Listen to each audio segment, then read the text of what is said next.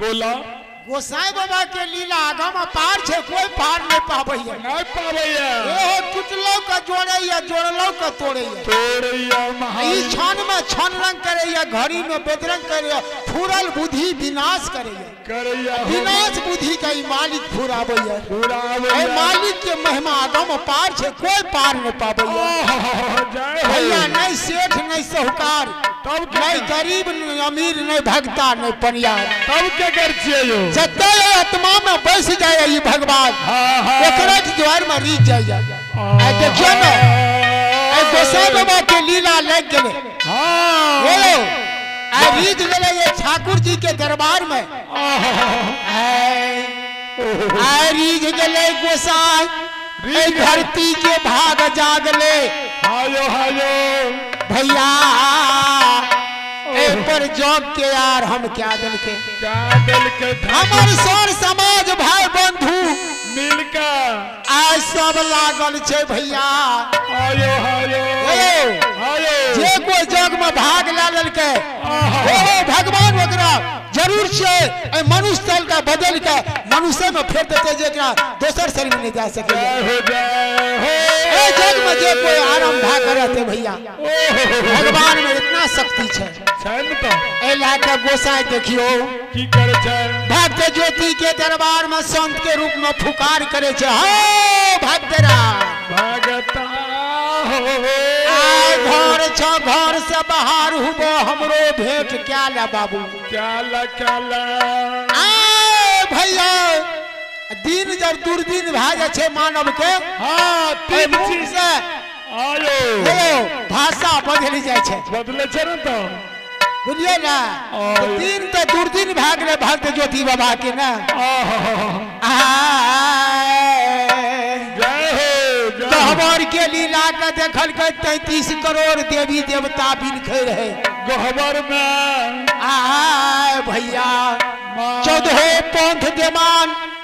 आय सब देखे छे न बैसल छे सब देवी देवता जते सब आसन मार के बैसल छे भक्तराज देखे छे गोसाई के लीला के भैया ये भक्ति में और मन लगा देलके आ गोसाई बाबा तो कहल के हमरा जे संत के रूप में कहलिया राजे एक बेर दर्शन क्या लिहा आ भैया भगवान के वचन झूठा नहीं है द्वार पर चिल्ला रहले है भगवान द्वार पर चिल्ला रहले है भक्तराज के फुकार रहले है आहो बीगा राला काम क्या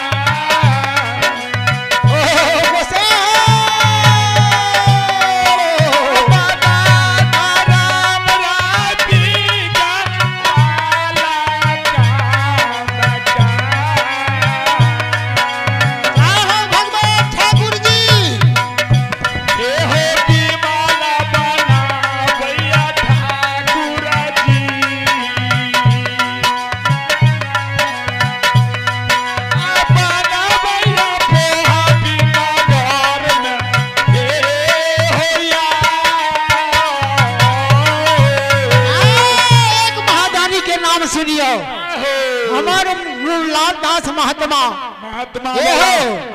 बड़ी दूर से याद है महात्मा बाबा हमरा तो लगते भतीजे हमर तो गुरुवे भाई छे महात्मा के रूप में ओकरा प्रणामो करे छिए भैया आज देखियो एहन कृपा भगवान के भेले जे भगवान जाकर रात पर बैसा दिल के भगवान के पूजा में लागल छे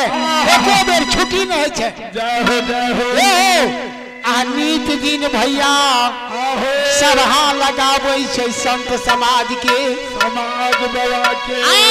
भैया महात्मा बाबा